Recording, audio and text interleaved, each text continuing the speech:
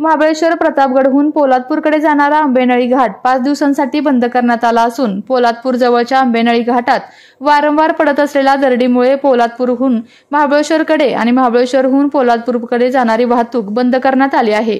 सातारा आणि रायगड जिल्हा प्रशासनाने हा निर्णय घेतला असून पर्यायी मार्गाचा वापर करण्याचे प्रशासनाचे आवाहन आहे।